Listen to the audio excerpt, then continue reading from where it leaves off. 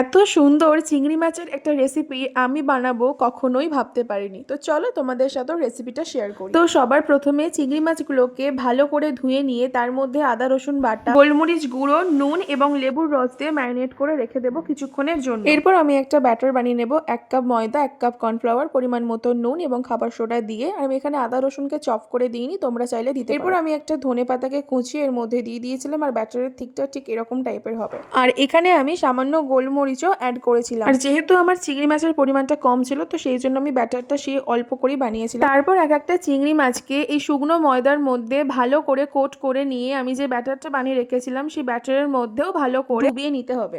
এরপর সাইডে একটা কড়াইয়ের মধ্যে তেল নিয়ে তেলটাকে ভালো করে গরম করে ব্যাটারে ডুবে রাখা চিংড়ি মাছগুলোকে ওই তেলের মধ্যে দিয়ে হালকা করে ফ্রাই করে নেব। ব্যাস, আমার ready crispy golden fried prawn. প্রথমবার বানালেও খেতে কিন্তু দারুণ হয়েছিল। আর ভিডিওটা কেমন লাগলো অবশ্যই জানাতে ভুলো না কিন্তু।